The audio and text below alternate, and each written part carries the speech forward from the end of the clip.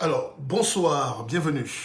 Prenez le pouvoir, prenez l'antenne. C'est Mouleti, le guide, Mpépé, Bissot et Mouleti. Donc, la vie s'échappe devant nous comme ça, on n'arrive même pas à discuter.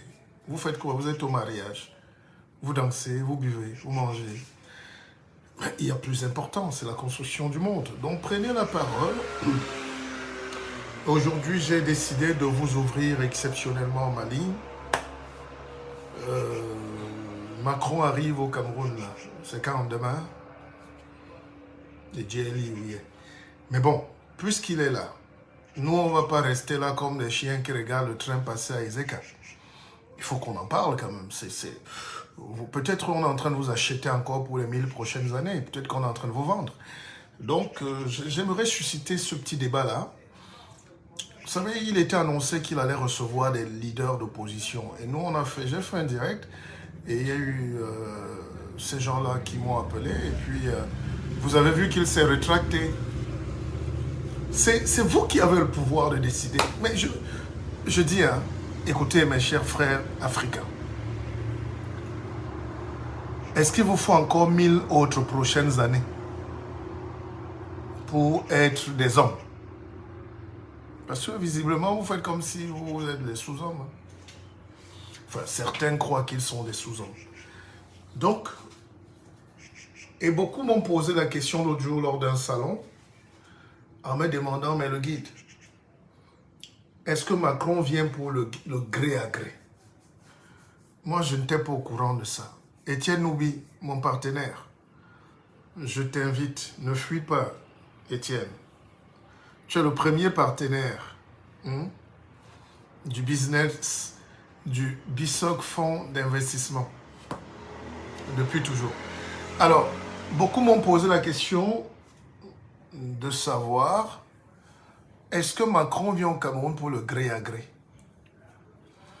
Et moi, j'ai dit, mais c'est quelle histoire ça là? Vous êtes autonome, vous êtes indépendant, vous parlez de gré à gré comment? Donc, peut-être que vous en savez plus que moi. Quand j'étais journaliste, on donnait la parole et à Michel Hélène. Quand j'étais journaliste, n'est-ce pas, on donnait la parole aux gens.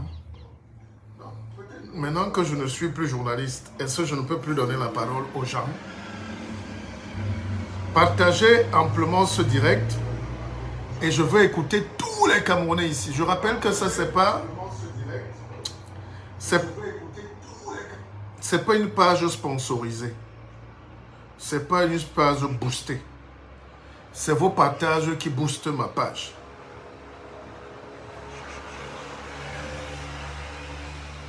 On est d'accord ou pas? C'est pas une page sponsorisée. Voilà, donc, c'est une page que vous-même... Je rappelle que ça, c'est pas... Alors, par contre, je ne pourrais pas... Ah là là... Je ne pourrais pas prendre des appels. Attendez. Je vais vous donner un numéro de téléphone. C'est compliqué, hein? N'appelez pas par ce numéro de téléphone-là, par WhatsApp. Je ne pourrais pas.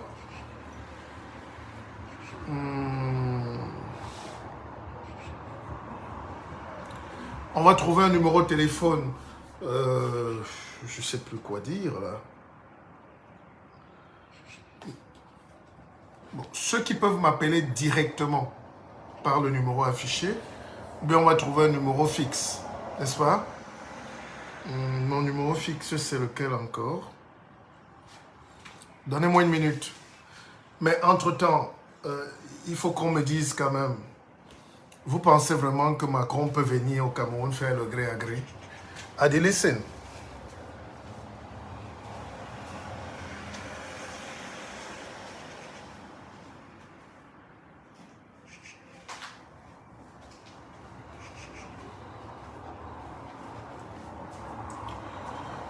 Voilà, ceux qui veulent appeler peuvent appeler par le fixe. Et le numéro du fixe, c'est le 01. Enfin, je ne connais pas bien en tête. Attendez, maison. Mon numéro de fixe, c'est le...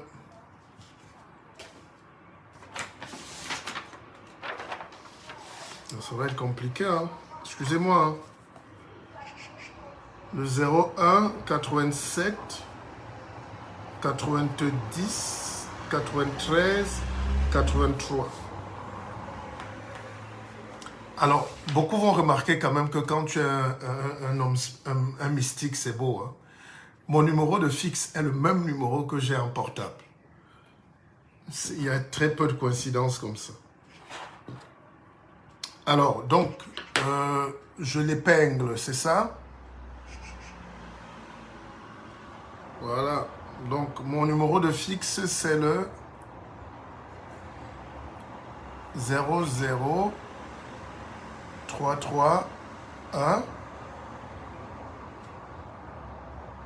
87 90 93 83. OK? Voilà. Ceux qui veulent appeler peuvent appeler par le fixe. N'appelez pas par WhatsApp. Il fait très chaud. Et ma poulana na ouais soit clim. Ouais ma clim wow son. Ouais ma clim. Donc nous étions 10 ans. J'étais de 10 ans. Qui a le président de la France qui vient au Cameroun. Et il vient là ces jours-ci là. Le 25, 26 et 27. Ça veut dire que le Cameroun, le gars est chaud. Évidemment, il ne vient pas pour vos beaux yeux. C'est maintenant, il y a soit champagne. Donc, Macron ne vient pas pour nos beaux yeux, ça vous le savez déjà. Mais maintenant, au-delà de sa visite, pendant que les petits nègres courent ici, c'est ça qui est fascinant avec les Camerounais, c'est qu'eux tous sont dans la critique, mais tout le monde rêve d'être avec Macron. Il y a beaucoup de Noirs qui seront dans l'avion, c'est leur malchance ou leur chance. Il y a des Noirs qui sont en train de rôder pour être reçus, c'est aussi leur malchance ou leur chance. Il y a des Noirs camerounais qui sont là en train de vouloir gagner des matchs. Ils sont alliés à l'ambassade. Bon, qu'est-ce qu'on va dire? Moi, je pense que il ne faut pas avoir peur de la liaison qu'on a avec la France. Beaucoup d'Africains sont nés français. C'est l'histoire. On ne change pas l'histoire. On s'adapte. Quand nos parents venaient étudier ici, ils étaient français. En rentrant, ils n'étaient plus français, puisqu'on était indépendants. Donc, c'est une relation très compliquée. La relation de la France-Afrique, c'est une relation de la patronne et de sa femme de ménage. Oh, this is amazing. Appelez-moi par le fixe pour ceux qui veulent intervenir. Donc, moi, j'ai une autre approche. Parce que on a écouté nos aînés, nos prédécesseurs. Moi, j'ai lu tout. Je suis parmi les premiers à avoir compris l'importance des mouvements décoloniaux. La négritude, avec Senghor, avec Césaire. Il y a eu les mouvements panafricanistes, la dignité humaine, Mongo Betty, Oyono, d'illustres mémoires. Il y a eu beaucoup de Camerounais qui ont commencé à écrire. Et Tunga Mangele, tous ces jeunes-là, à l'époque, dans les années 60, les gars ont commencé à se révolter contre l'ordre colonial. Parce que la France a quelque chose de très mesquin. La France ne sait pas partager. Les Français, c'est des gens un peu particuliers. C'est-à-dire, ils veulent profiter de toi jusqu'au dernier slip. La France ne sait pas faire les affaires. C'est des égoïstes primaires. La France est viscéralement méchante. Les Français dans la politique ne savent pas partager. Ils viennent chez toi, ils te font planter la banane, ils coupent toute la banane, ils renvoient en France et ils brûlent même les déchets. Ils brûlent les trous. La France vient te vendre son whisky, sa bière, tu consommes et ils cassent les bouteilles. Donc tu ne peux même pas mettre ton ginger là-dedans. Non, c'est des gens qui n'ont jamais compris que les autres doivent aussi progresser. Pourtant, c'est la France qui est le pays des droits de l'homme, la France des Lumières, la France de tout ce que vous voulez. Pascal, La Fontaine, Rousseau, Diderot, André Gide, André Malraux. Bon, c'est des génies.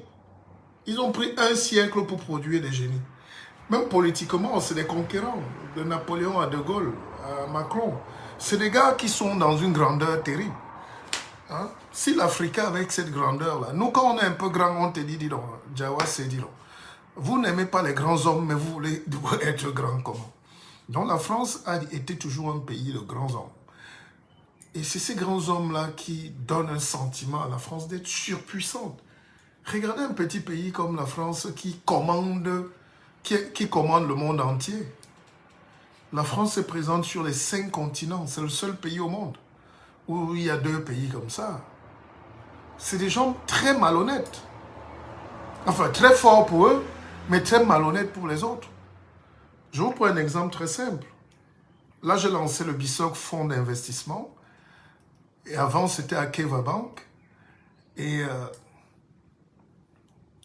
j'ai des amis français, j'ai des petits amis blancs, qui voulaient venir gagner le marché camerounais avec les logiciels et tout. D'ailleurs, je pense qu'on va nous-mêmes fabriquer les logiciels bientôt au Cameroun avec mon jeune partenaire et petit frère Berlin, Jonan. Le gars, il profite quand je suis au Cameroun pour m'appeler et me proposer le deal. J'étais en France, on a fait des séances de travail.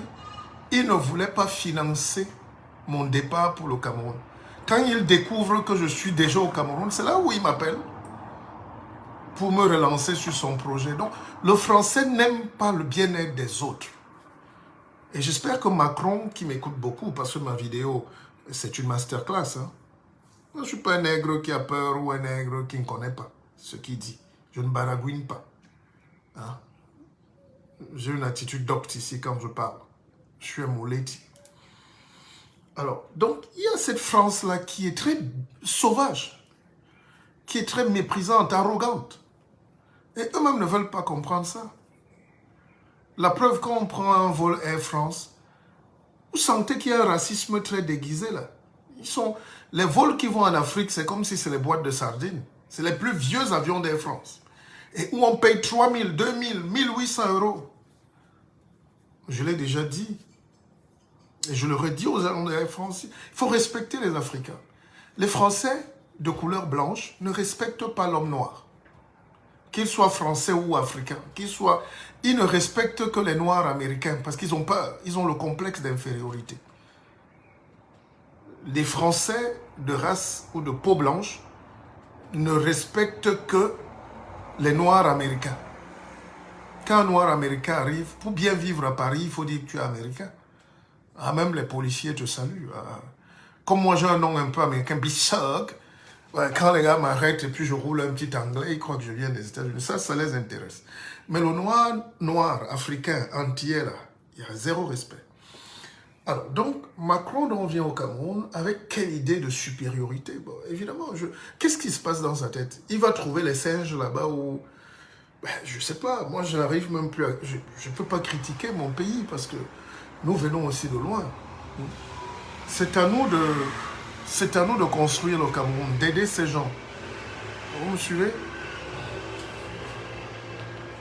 Les débats qu'on fait là sur le Cameroun, sur tout ce qu'on va dire là, par exemple, Oui, on n'a pas beaucoup de partages. On n'a que 4 partages. C'est pas possible. Si c'était les prières d'une église endormie, là, de la psychopathie, c'est qu'on a 10 000 partages. Alors, il y a un petit abruti en Côte d'Ivoire, quand il fait ses directs, il dit aux gens, s'il n'y a pas 10 000 partages, il ne commence pas. Et les Africains, tout le monde est là en train de partager. Mais on est en train de faire un truc sur un débat qui vous concerne. Là, vous voulez qu'on vous supplie. Il faut payer pour être partagé ou quoi? Ça ne va pas dans vos têtes? On arrête alors ce direct parce qu'en plus de nous amener que des problèmes, si on me refuse en business class à Air France, vous allez faire comment avec moi? Je marche à pied. On prend un Sénégal. Donc nous sommes obligés de nous adapter. Moi, j'ai besoin de la France. L'Afrique a besoin de la France. Le Cameroun a besoin de la France. La France a besoin du Cameroun. La France a besoin de l'Afrique. N'écoutez pas le bruit. Ces gens ne peuvent pas vivre sans nous. Si tous les Noirs là décident de ne pas travailler dans les hôpitaux un seul week-end, il y aura au moins 1 million de morts en France. C'est nos sœurs antillaises et africaines qui sont aides-soignantes ici. C'est nos sœurs qui sont infirmières et des salaires de misère. C'est nos frères qui sont médecins mal payés, sous-payés par rapport aux autres. 6 médecins sur 10 sont africains. Ces médecins-là peuvent développer l'Afrique, mais bon, le moment viendra. Donc, moi, je parle aujourd'hui avec la liberté d'un homme qui atteint un certain âge, une certaine stature, pour essayer de dire les choses. Ne tournons plus autour du pot. Parce qu'on est fatigué. Si nous tous on continue de faire la chaise vide, à fuir, à boire le champagne, à être fier, à avoir peur de ne pas avoir le visa, à avoir peur de la France, alors que la France, ce n'est qu'une idée. Je suis en France, je suis à Paris. C'est une idée. La France, c'est un pays monde. Ce n'est pas le pays de quelqu'un. On peut être africain, être à Paris et dénoncer sans avoir peur. On peut être au Cameroun et dénoncer, dire ce qui ne va pas pour que les choses s'améliorent. La preuve, les Français ne jouent pas avec ce que nous... Peut-être vous nous méprisez au Cameroun, mais ici, on ne nous méprise pas. Tout ce que nous on dit ici, les services là sont là, ils notent, ils corrigent. Tout ce que nous on dit, tout ce qu'on fait comme apport, là, les gars, notent, ils s'améliorent. Les livres qu'on écrit là, méfiez-vous avec les Français, hein, ils notent tout. Hein. C'est là où les Français sont très intelligents. Quand tu écris un livre comme l'Afrique et son cancer du côlon, les gars mettent ça au programme à l'université pour comprendre. Ils anticipent, ils corrigent. C'est ça la force des Français. Mais le Français a quelque chose de détestable en lui. C'est que quand il voit un Africain, même si l'abruti, lui, il est ouvrier, chevronné, maçon, il croit qu'il est supérieur à un agrégé parce qu'il est noir. Je ne sais pas d'où leur vient ce petit truc-là. Je ne sais pas d'où leur vient ce petit sentiment de supériorité bête-là. Mais pour être supérieur à quelqu'un ou sentir que tu es supérieur, essaye de causer avec lui. J'ose sa culture. Parfois, tu es en face de ton enseignant et toi, un ouvrier français, tu crois que tu peux être plus intelligent que lui juste parce qu'il est noir. La couleur de la peau ne doit pas être la symbolique de nos limitations. C'est ça le problème majeur en France. Si la France savait se servir vraiment du génie des Africains, le génie qu'on vous donne, la force qu'on amène à l'économie en France, on mériterait plus de respect. Ça, j'ai ce problème-là avec la France.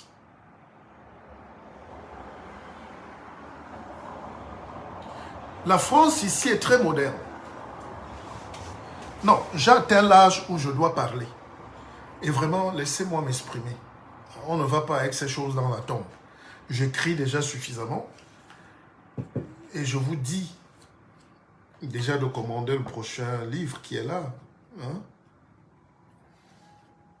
On ne peut pas laisser ces gens-là se comporter comme s'ils sont nos patrons. Vous n'êtes nos patrons en rien. S'il n'y avait pas l'Afrique, c'est que la France a disparu de la carte. Eisenhower a envoyé les troupes au débarquement de juin 1944 quand la guerre était finie. Mais entre 1939 et 1944, Qui a lutté? La bataille du Verdun. Mais les Français sont des escargots ou quoi? Vous n'avez pas de mémoire? Normalement, chaque Africain qui entre en France, avec ou sans papier, devait être naturalisé, devait être supplié. Mais ces gens-là n'ont pas de mémoire. C'est la maladie du poisson rouge. Ils sont racistes pour la plupart. Évidemment, il y a quelques humanistes. Je salue cette France de la grandeur. Mais ils sont où? Une France où Bolloré va piller l'Afrique, vient ouvrir une chaîne de télé pour recruter tous les racistes et il donne l'argent à Zemmour, il le mène jusqu'à être candidat à l'élection présidentielle, juste contre les Noirs et les Arabes. Mais s'il n'y avait pas les pieds noirs, s'il n'y avait pas les Noirs en général, la France allait exister où? Et la guerre est en train de commencer en Russie. Je peux vous garantir que quand Poutine commence, il n'arrête pas. D'accord? Les gars comme Poutine sont dangereux parce que quand eux, ils commencent, ils n'arrêtent pas. Tant que Poutine n'a pas gagné la guerre, il ne va pas s'arrêter.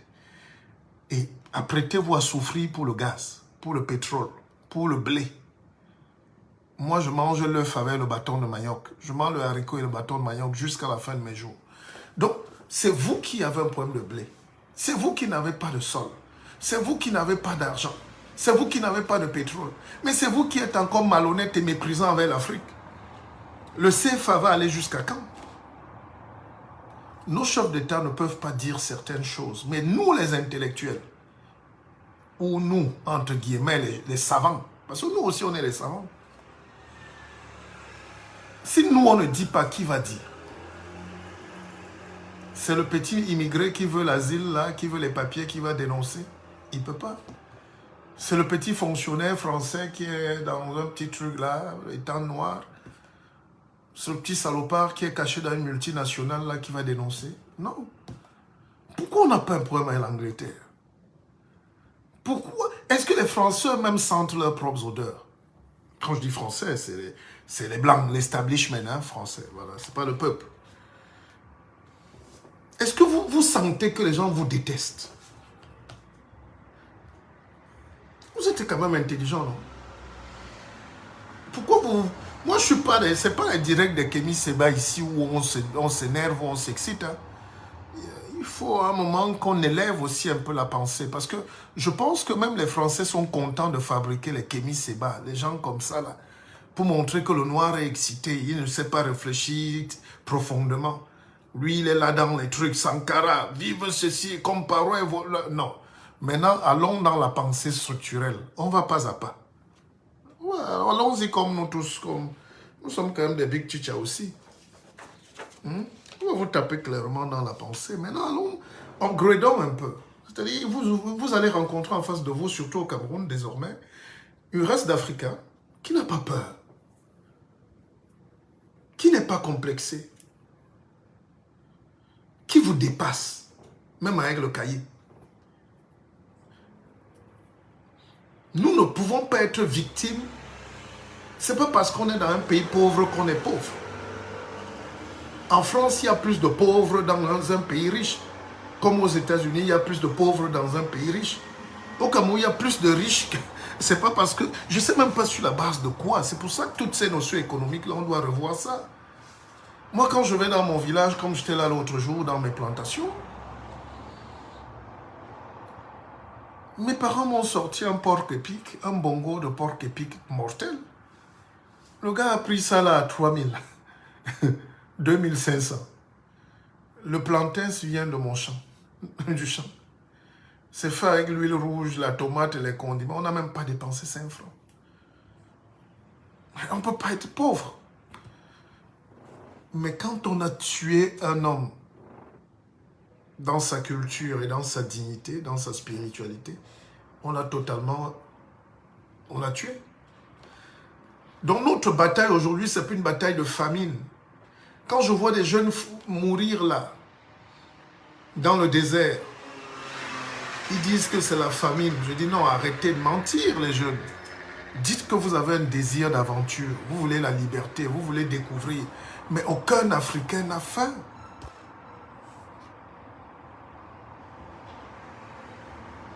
Aucun Africain n'a faim parce que les autres veulent nous imposer leur pain.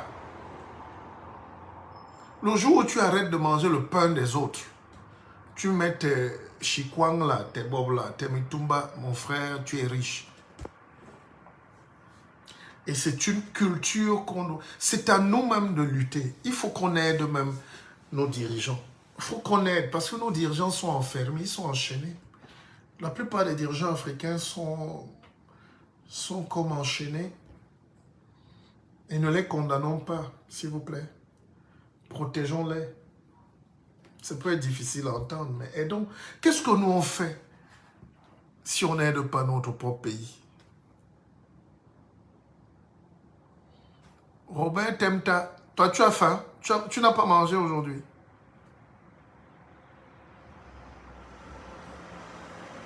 Robert Temta, la famine peut-être est mentale. Hein?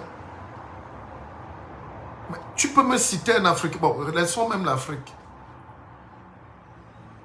Cite-moi un Camerounais qui a faim. Est-ce qu'il y a un Camerounais qui ne mange pas? Je n'ai pas dit bien manger. Vous avez des goûts de luxe. Mais est-ce qu'il y a un Camerounais qui ne mange pas tous les jours? Au moins 2 ou 3 fois. Même dans les conditions les plus difficiles. Est-ce que manger est difficile? La crise alimentaire ne sera pas au Cameroun. La crise alimentaire peut venir de l'inflation que vous-même vous créez à vouloir manger les spaghettis. L'inflation va venir du fait de vouloir manger les cornichons de chez Carrefour. Quand vous entrez à Carrefour à 200 000, vous ne remplissez même pas un chariot. C'est ça qu'on peut appeler la crise.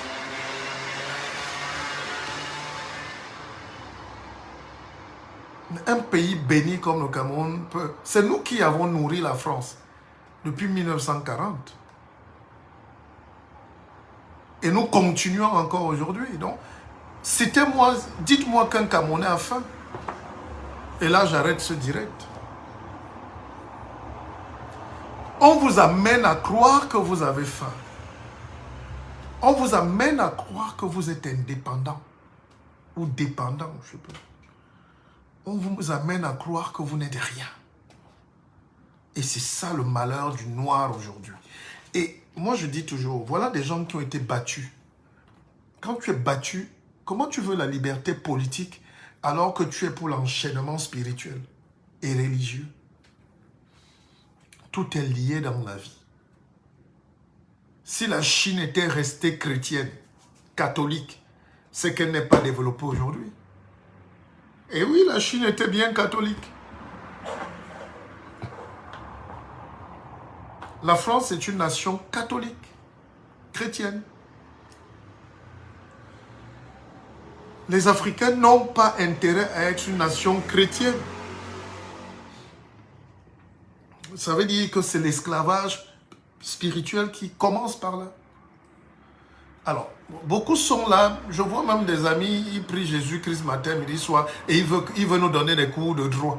Ils veulent que l'Afrique soit droite. Mais monsieur, vous êtes malade. Il y a beaucoup d'attardés quand même en Afrique. Est-ce qu'il nous faut 1000 ans pour construire?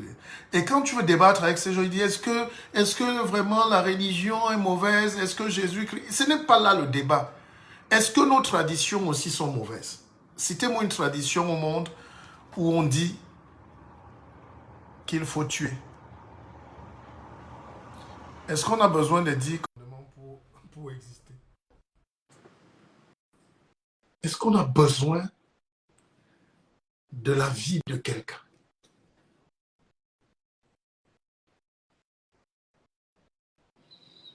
Mais les gens veulent la liberté politique, économique, mais ils veulent quand même être enchaînés spirituellement.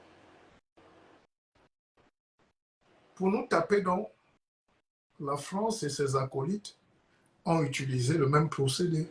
Détruire la culture, raser la tête, enlever le cerveau, injecter des choses inutiles là-dedans. Comme ça, tu n'es jamais un homme libre. Quand tu as mis le poison, on te laisse partir. Vous savez comment on tue les bandits à Douala, non? On leur injecte juste le lait dans le... On prend une seringue, on leur met juste un peu de lait. On les laisse partir, ils vont mourir à 100 mètres. C'est ce qu'ils ont fait avec nous. C'est-à-dire, ne négligez pas ce volet de la religion. C'est ça le véritable problème. Parce que vous allez ajouter à ça les dérives qui vont avec. Déjà, regardez l'attitude des prêtres, des nonces apostoliques, des évêques. La plupart, c'est des... Non seulement c'est des violeurs d'enfants, la plupart, c'est des pédophiles et pédérastes incontestés. Ils sont là pour maintenir un statu quo, encourager les guerres en sourdine, les intrigues dans les familles, les quartiers, et puis ils maintiennent leur soutane là. Et dès que tu quittes de là, tu tombes alors maintenant sur tous les autres fous africains là, qui se disent apôtres sans avoir eu le BPC. Et là, on bascule dans quelque chose de catastrophique. Ils nous racontent toutes les salades du monde. Ils sont très populaires. Ils empêchent la tranquillité dans les quartiers. Ils vendent l'huile d'olive. Ils amènent même les abrutis moutons en Israël. Comme si Israël est une terre chrétienne. En Israël, c'est le judaïsme. Ils disent allons en Israël. Alors, Israël ne connaît pas le christianisme. Bon, bref, il y a plein de choses à redire. Donc, pour revenir à la visite de Macron, beaucoup m'ont dit l'autre jour qu'il va venir pour le gré à gré. Je leur dis, mais on a des crèches, vous êtes malade ou... Il y a 15 ans, j'écrivais un magnifique texte dans ce livre-là, qui est l'un de mes meilleurs livres, qui disait « Laissons les Blancs travailler ». C'est là.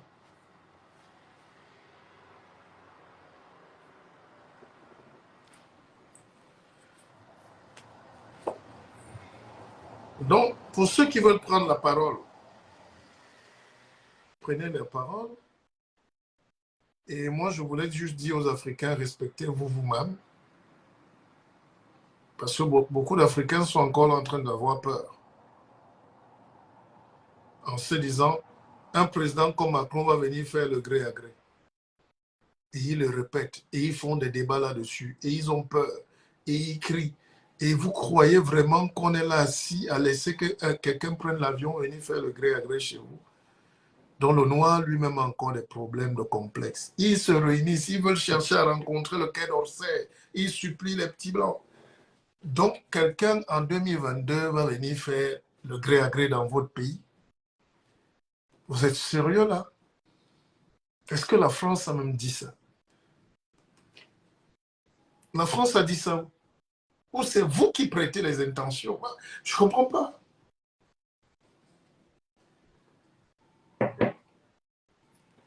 Par quel mécanisme la France peut venir au Cameroun faire un gré à gré?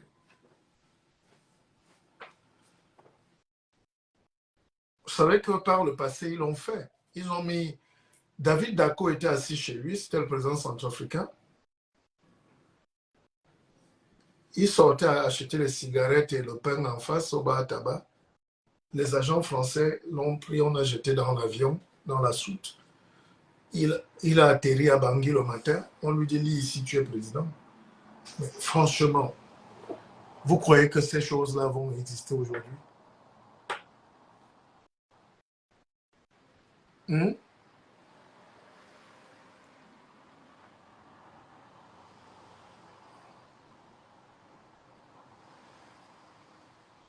Vous croyez que... Enfin, dites-moi par quel procédé?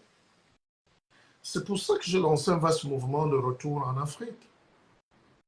Pour les jeunes Africains qui sont en Europe tachés et qui espèrent que les routes vont se goudronner seules, les entreprises vont se créer seules, la richesse va tomber du ciel, les impôts. Vous fuyez tous vos pays parce que vous avez peur. Vous avez peur d'affronter le destin chez vous. Mais vous n'avez pas peur des requins dans la Méditerranée. Vous n'avez pas peur de mourir au désert. Vous n'avez pas peur d'être violé en Libye avec les bâtons. Vous n'avez pas peur de travailler pour la tomate chez les Italiens racistes là? Vous n'avez pas peur d'être esclave en Espagne ou aéré à Paris là?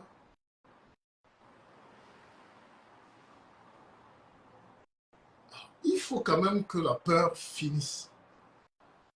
Alors, ce qui est dangereux en Afrique, c'est que le développement ne peut pas arriver. Parce que pendant qu'on lave le cerveau, pendant qu'on essaye d'expliquer, il y a 1 milliard d'autres Africains qui naissent plus idiots à la minute. Donc, ça fait que notre voix est très inaudible. Maintenant, quand les intellectuels viennent nous dire, d'ailleurs, on n'a même pas à débattre des choses, je ne sais même plus comment vous expliquer.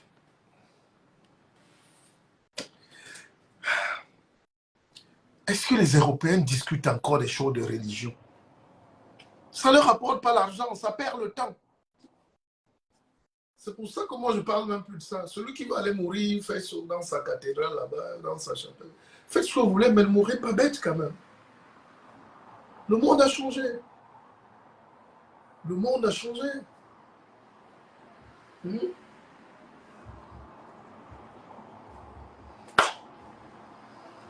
Les autres sont en train de creuser votre sol. Comme ce que fait la France là au Cameroun. Les gars creusent votre sol. Ils portent l'or. Ils portent les diamants. Ils coupent la forêt. Ils portent dans leur truc. Ils ramènent exactement comme il y a 200 ans, 400 ans. Et vous, on vous envoie dans des débats inutiles. Gédéon de la Tchétchouva, Makosso, des cancres du nouveau millénaire, des abrutis de la première espèce qui polluent l'espace, qui empêchent la réflexion.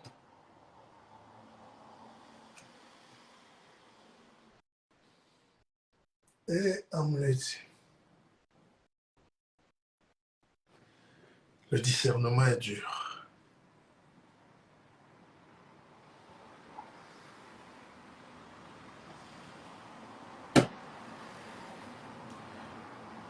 Il faut respecter la France, finalement. Il faut respecter les Occidentaux.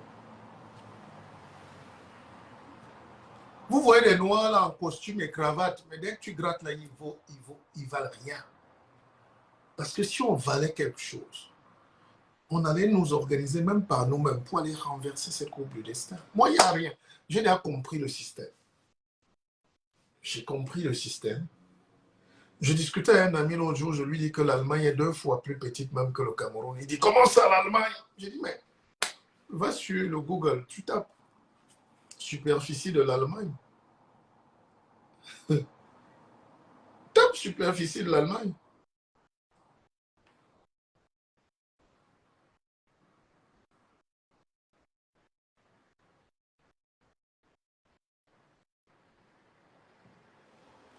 On n'a aucune excuse aujourd'hui d'être pauvre.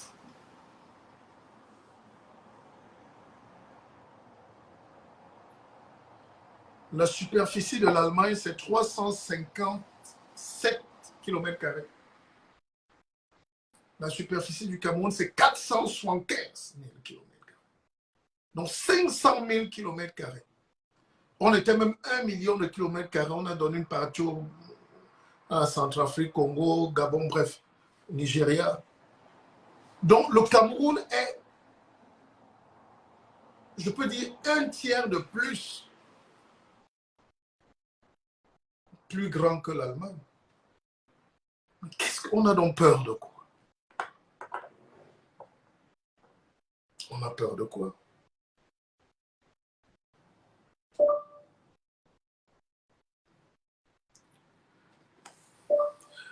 La superficie de la France. 543 940 km². Selon l'Observatoire des territoires, la superficie est exprimée en kilomètres puissance 2 et correspond à la superficie cadastrale publiée par l'INSEE, 543 940 km² pour la France métropolitaine, qui comprend toutes les surfaces du domaine public et privé, cadastrées ou. C'est bon, c'est bon. Vous voyez, la Belgique n'atteint même pas, toute la Suisse ne dépasse même pas Douala. Mais regardez comment les gars nous vendent le rêve d'aller nous agglutiner dans ces pays-là, où tu arrives, il n'y a pas de vie. Pour boire une bière, les Africains se cachent dans les petites salles, sous les casiers. La misère partout. Mais rentrons chez nous, affrontons le destin. Allons combattre. Vous dites que Macron, non au gré à gré, mais vous êtes caché en Allemagne. Si la France le fait donc un gré à gré, puisque vous n'êtes pas là, vous allez faire quoi? S'il y a une leçon qu'on doit apprendre de nos frères blancs, c'est qu'à un moment, les gars affrontent la vie. À un moment, les gars affrontent leur destin. Même si ça passe par la guerre, ils la font. Le noir est finalement l'homme le plus lâche du monde. Remarquez bien, le noir est toujours en train de trouver une excuse pour ne pas lutter. Toujours une excuse pour fuir. Monsieur, tu touches les Ukrainiens. Les Ukrainiens auraient pu dire qu'ils ne peuvent pas. Mais il faut affronter ton destin. Si c'est ton destin, il faut l'affronter. Moi, je vais au Cameroun là, affronter mon destin. Ici, c'est peut-être celui de mes enfants. Je ne sais pas. Mais je ne peux pas admettre qu'en 2022, nous soyons un pays extrêmement riche, mais qu'on n'arrive pas à produire cette richesse pour nos enfants. Pardon, pour nos petits-enfants. Excusez-moi.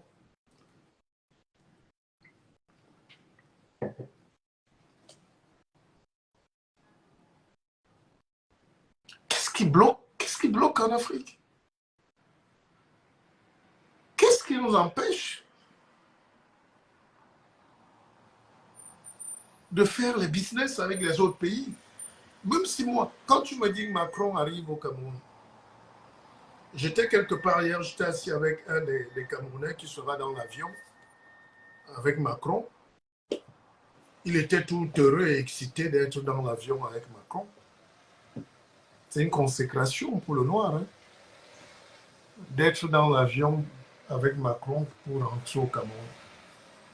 En réalité, finalement, non, la France n'a jamais... Les Africains eux-mêmes n'ont jamais accepté l'indépendance. Beaucoup d'Africains sont convaincus que la France nous dépasse. Beaucoup d'Africains sont convaincus que la France est notre grand frère, même quand le président est notre fils. Beaucoup d'Africains sont convaincus qu'il ne faut pas blesser la France. Ah non, il ne faut pas bousculer la France.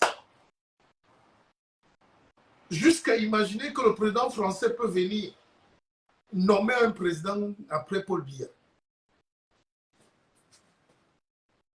Des intellectuels bien constitués dans leur petite culotte. Imagine qu'un type peut prendre l'avion en 2022. Il atterrit dans un pays et il dit voilà le président. Ça veut dire que ce n'est pas un peuple. Si la France le fait vraiment, je meurs en France. Je vous donne les mains. Créer même cette idée du débat là, ça veut dire que les gens sont bloqués dans leur tête. Par quel mécanisme la France aujourd'hui, dans ce monde-ci, peut prendre un énergumène caché quelque part dans l'avion et venir dire voici votre président? Et ça passe même par où?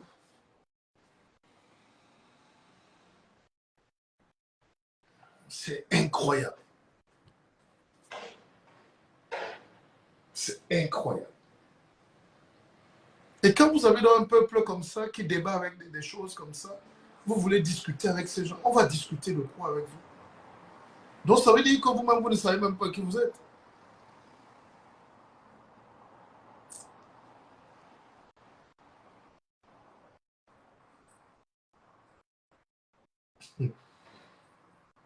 Brice Yonke dit que la superficie des Pays-Bas et la Suisse, c'est 41 000 km². Ce n'est même pas mon champ. Non, c'est EDEA. Mais il faut que les Africains commencent donc à réfléchir qu'on peut être d'un pays. C'est à nous-mêmes de rendre nos pays grands.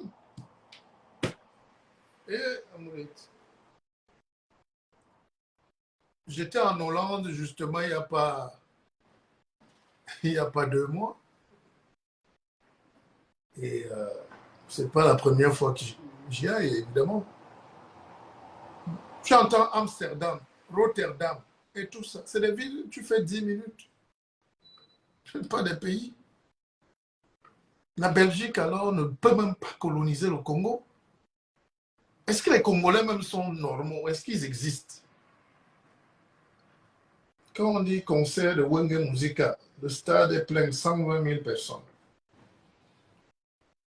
Allez à l'université, étudier, fabriquer votre électricité, travaillez. Vous ne voulez pas travailler. Vous ne voulez pas travailler, vous voulez prier. Blaise Pascal disait que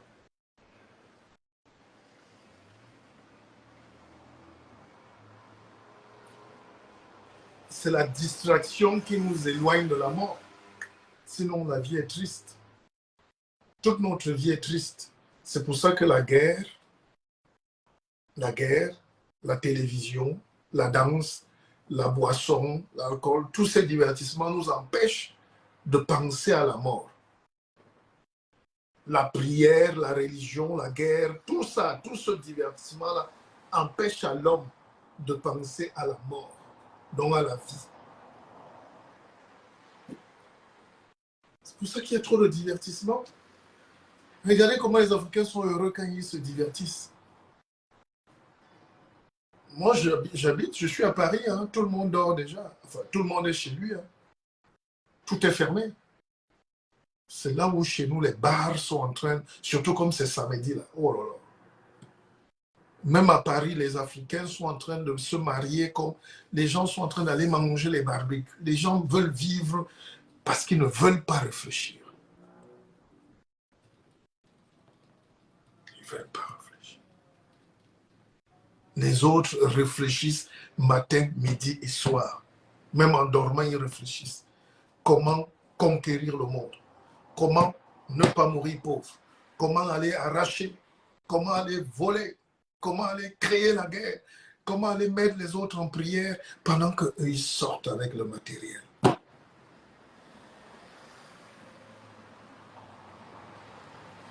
Et si aujourd'hui, même les Africains ont encore cette perception d'une France qui tombe du ciel, c'est parce qu'ils sont esclaves. Dans leur tête, ils croient que la France est quelque chose. La France, c'est rien. L'Espagne était 100 fois plus puissante. Le Portugal était 10 fois plus puissant que la France. Aujourd'hui, le Portugal, tous les Portugais font le ménage en Angola et au Mozambique. Les Espagnols sont dames de ménage en Guinée équatoriale.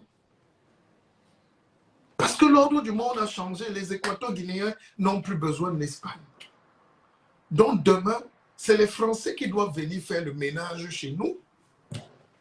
Si vous êtes sérieux, les Français veulent le travail. Mais l'Afrique francophone a la boue dans la tête. Oui, ces gens-là viennent là, ils disent qu'ils sont agrégés de rien du tout. On ne vous a rien greffé dans le cerveau. Parce qu'ils maintiennent un système de domination de la France. La France passe par ses élites, par les élites africaines. Les diplômés africains là, dans les universités pour laver le cerveau de l'étudiant. Lui dit qu'il n'est rien, il est pauvre. Il ne vaut rien. Nos dirigeants alors, c'est pareil. Eux-mêmes rappellent à leur peuple que vous n'êtes rien. Vous devez misérer, vous n'êtes rien. Dans notre regard, ça s'appelle une déformation cognitive. On croit que la France est un grand pays. On croit. Or, la France sait que si vous n'êtes pas là, elle n'existe pas. Comme tous les autres pays d'ailleurs. Donc, quand le président français vient au Cameroun, il sait qu'il est dos au mur. Ils sont dos au mur. C'est là où vous devez plutôt être fiers et réévaluer vos conditions, rattraper les failles de l'histoire, mettre maintenant une feuille de route. Parce qu'à la deuxième occasion, ils vont vous mettre ça encore plus long. Ah, le CFA là, si vous amusez, ils ne vont pas. Si la France enlève le CFA disparaît dans les 48 heures. Donc ne négociez pas avec la France s'il faut quitter le CFA. La France, c'est une vue de l'esprit. C'est nous qui faisons la France. Parce qu'on produit, on travaille, on enrichit. On fait des enfants, des beaux bébés.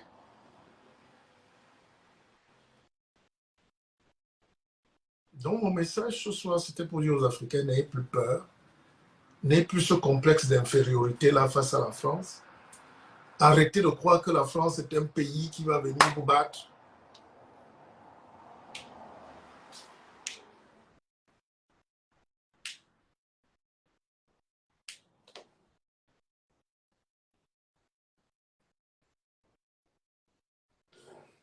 Arrêtez, arrêtez. La France est une puissance nucléaire, oui, mais économiquement, elle est faible. Avec la guerre qui s'annonce là, si on dit guerre là, ils vont revenir chercher la force en Afrique. La France n'a pas les moyens aujourd'hui humains de résister face à la Russie. S'il n'y a pas ce bloc américain, tout ça, l'Allemagne, s'ils ne sont pas à 10, ils ne vont pas affronter le monde. C'est vous qui leur donnez les matières premières. Il faut que ça s'arrête aussi un moment. Or, la France s'est toujours arrangée à ce que tous les gens qui sont là, qui sont à sa botte en Afrique, aient peur de lui donner, de ne pas lui donner ses matières premières. Elle peut dévaluer la monnaie, ça fait que vous achetez tout plus cher. Elle achète tout chez vous moins cher, gratuit, avec un papier qu'elle fabrique elle-même, c'est du vol. Et il faut qu'on ait le courage pour le dénoncer, parce que même ici en France, il y a eu des Français qui étaient contre l'esclavage. Il y a des Blancs qui n'aiment pas l'injustice. Cette situation les choque. Et ils sont étonnés de voir que nous-mêmes, les Noirs, qui savons lire et écrire, on ne dit rien. On a peur de quoi? Du visa. On a peur de quoi? Du travail. Vous avez peur de quoi? Si on dit aux Noirs même que vous avez peur de quoi, ils vont dire quoi?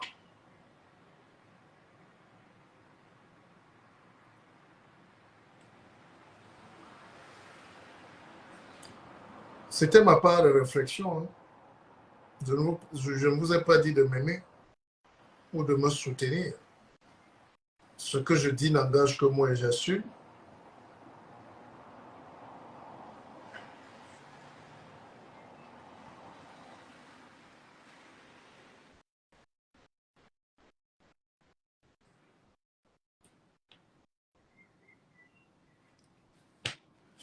Nous devons dépasser ces petites peurs-là.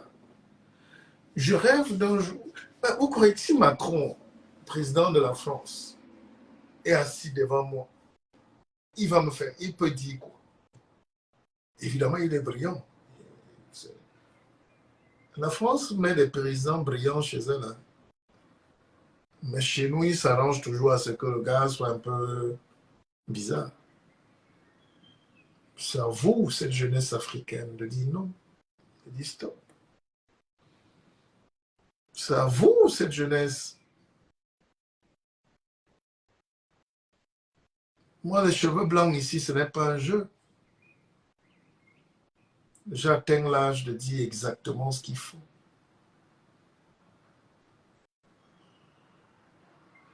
Mais je sais aussi que les gens comme nous, nos premiers ennemis sont en Afrique. Nos premiers ennemis sont les Africains. Parce que l'Africain préfère un Africain médiocre qui lui ressemble, qui est un peu bête comme lui. Comme ça, il se cache derrière lui. Mais depuis quand un faible peut défendre un faible? Cherchez les Africains courageux, vaillants, forts, brillants intellectuellement, qui peuvent vous défendre. Pourquoi vous nous détestez?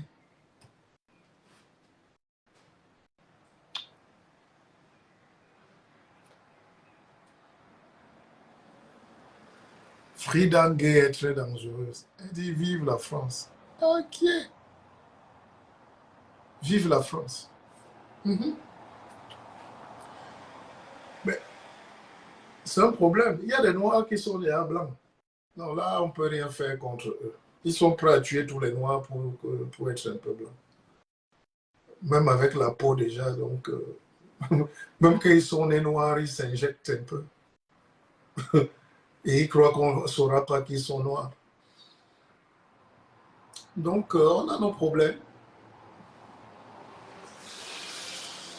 On a nos problèmes. Mais je voulais dire aux Camerounais de ne pas avoir peur. Un pays ne meurt pas. Rien ne peut nous arriver. Donc, que vous parliez ou pas, vous allez mourir. Que vous dénonciez ou pas, vous allez mourir. Donc, dénoncez au moins. Ça va vous aider à grandir. Ça va créer la liberté pour les autres.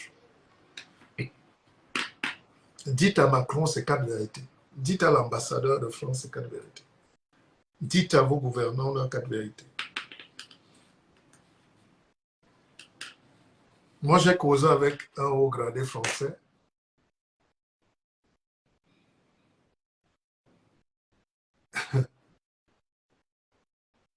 J'ai causé avec un haut de... J'ai causé avec... Il me dit, mais quand vous-même vous annoncez, vous, les élites africaines, là, que Macron vient pour le gré à gré, est-ce que vous êtes normaux? Là? Il va injecter le gars, là, on va le mettre dans la cabine du pick-up. Alors, Trésor Goufak me demande, le guide, que pensez-vous de la députée Rachel Keke? Ah, je vous ai dit que la France, c'est un grand pays, non?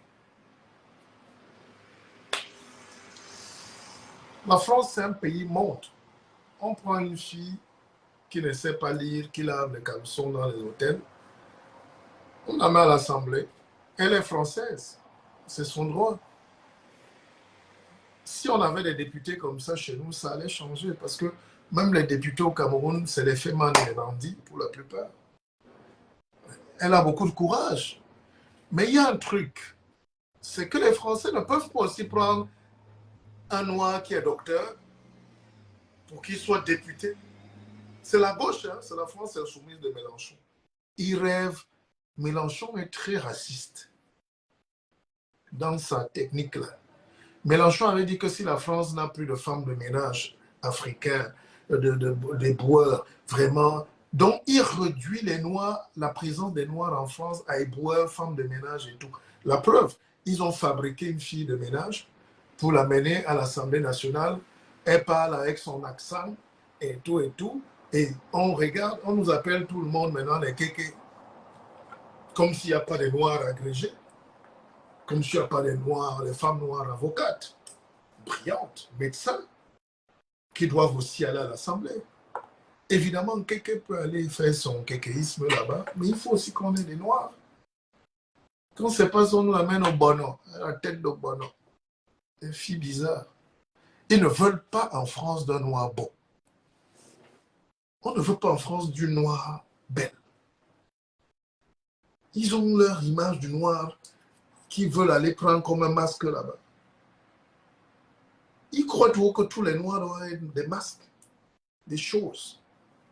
C'est ça le problème français. Il faut leur dire ça. C'est pour ça que tous les intellectuels français, même les jeunes, qu'ils soient blancs ou noirs, dès qu'il a son diplôme, il quitte la France. La France n'est pas un pays de l'évolution, de l'extraction sociale.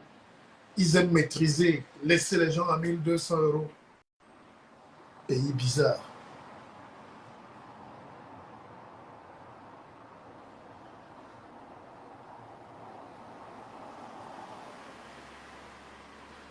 Alors, Prosper, que pour nous, il y a toujours un Africain comme ça dans mon direct. Prosper, ton problème ici, c'est que tu n'as pas le niveau de comprendre ce qu'on dit là. Parce que tu dis la religion n'a jamais prêché le vol, le détournement, le viol, l'assassinat, le mensonge. Et effectivement, c'est justement tout ça que les prêtres missionnaires ont amené ici. La paresse, l'oisiveté. Quand tu ne crois pas en toi, c'était ça le rôle des missionnaires. Venir faire démissionner l'homme noir authentique, fier. Tu es très petit pour comprendre. Et malheureusement pour toi, mais moi-même, mon fils de 12 ans m'explique ça. Je ne sais pas comment. C'est pas la religion qu'on t'atteint la moelle épinière. Tu ne réfléchis plus que par les fesses. C'est par la religion qu'on t'annihile le cerveau. Et les dérives de la religion, les Gédéons, les Makosso, les Koneri, les apôtres Tatou, les colonels, les Congolais, les ceci apôtres, tout ça, tu dis que ce n'est pas un danger pour l'homme noir ou pour l'homme. Mais ça veut dire que tu es un abruti de première, mon petit. Excuse-moi. Mais ne venez pas dans ce direct. Bon, foutez le camp. Là, vous voulez que mon côté bassard ressorte. Vraiment, je suis pas là pour dépenser mon énergie à expliquer aux gens les méfaits de la religion. En sciences politiques, on va vous apprendre que les peuples les plus pauvres sont les plus croyants parce qu'ils se réfugient derrière un parapluie. Ils veulent être protégés par Dieu le Père. Dieu le Père est remplacé parfois par la dictature. Dans la dictature, on répète les mêmes slogans. Oh Dieu, Dieu, ah ouais, ouais. On s'adonne l'idée du groupe pour se protéger. Il faut former les gens à affronter seuls leur destin. Ça, tu peux le comprendre. Et c'est un cours de vie que je te donne, jeune homme. Soyez pas plus bête que ça demain. Sinon, on va vous acheter vivant. On va vous acheter vivant. La plupart des jeunes qui se retrouvent au Maghreb en ce moment, nos frères, quand tu leur dis, fiston, qu'est-ce qui t'a amené ici? Et du grand frère, je croyais que l'Europe, c'est le paradis. Il faut venir en Europe parce qu'on sait où on va.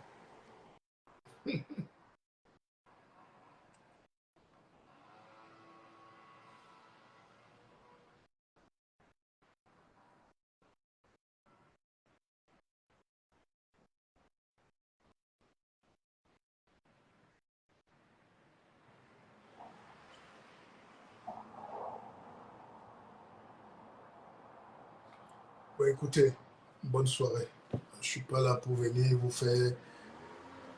Ah, il y a des gens. Ah, ben, restons alors. J'ai cru que ça vous énervait aussi. Je commence à me fatiguer. Voilà, Évariste Nimpadi. En tout cas, le problème psychologique qui entraîne les Africains devrait être un sujet de thèse de doctorat pour certains jeunes Africains. Je constate qu'on ne s'attarde pas souvent sur cet aspect de choses. Que s'est-il réellement passé pour qu'on soit à ce niveau? Que l'homme noir se retrouve au plus bas niveau de l'échelle. Mais oui, regardez aujourd'hui comment nous souffrons. Aujourd'hui, même quand un Ukrainien sent qu'il est menacé, il prend le fusil lui-même. Il va faire la guerre. Le noir va prier. Donc, il y a une dimension. C'est pour ça qu'il faut saluer les Occidentaux, qui sont les gens les plus méchants de la Terre. Parce qu'aller chez un peuple, leur retirer le cerveau, pour injecter des cailloux là-dedans, vous êtes rassuré d'avoir tué cette génération pour 1000 ans. Heureusement qu'on fait les reins, on a les reins forts, on fait beaucoup de bébés. Mais à quoi ça sert d'accoucher beaucoup d'enfants bêtes qui naissent esclaves, esclaves, esclaves, esclaves, accouchent les esclaves, font d'autres esclaves, et ça va s'arrêter quand? C'est ce que je suis venu donc vous demander. Vous allez arrêter donc ces histoires-là quand? Et Amuleti, aujourd'hui, tu causes même avec les plus jeunes, tu constates qu'ils sont encore plus pourris que nos parents qui n'avaient pas de télé, qui n'étaient pas à l'école, mais qui entraient dans le maquis.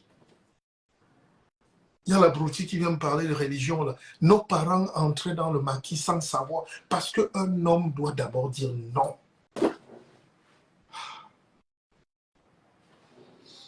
Macron, tu vas nous croiser. Macron, ce qu'on va te faire. Moi, je n'ai pas à choisir entre la France et le Cameroun. J'aime les deux pays, mais j'adore le Cameroun.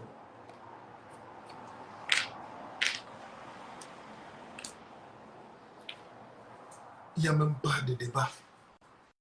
Mais je n'aime pas ce Cameroun, je n'aime pas ces Africains-là qui veulent tout venir débattre sur la couleur de l'eau.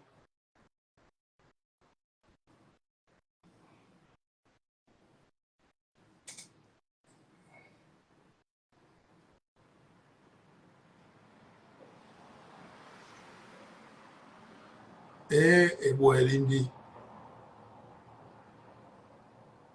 Dieu donnait espoir. Voilà mon fils.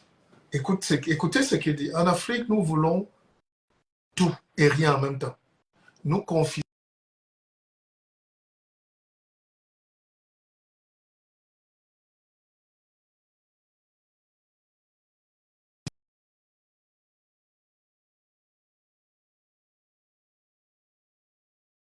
Et essayons d'empêcher les autres de penser.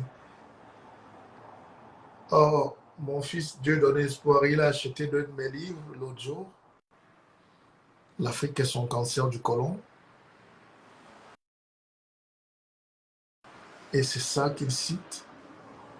Et le seul fait, en Afrique, quand tes frères te voient avec un livre, tu deviens leur ennemi. Parce qu'ils comprennent que tu n'es plus le même, tu vas te libérer. On ne peut que se libérer par le savoir, par l'écriture, par la pensée, par la conscience. TikTok ne développe pas la conscience. Même Facebook même ne développe pas la conscience, sauf si tu tombes sur un direct vraiment.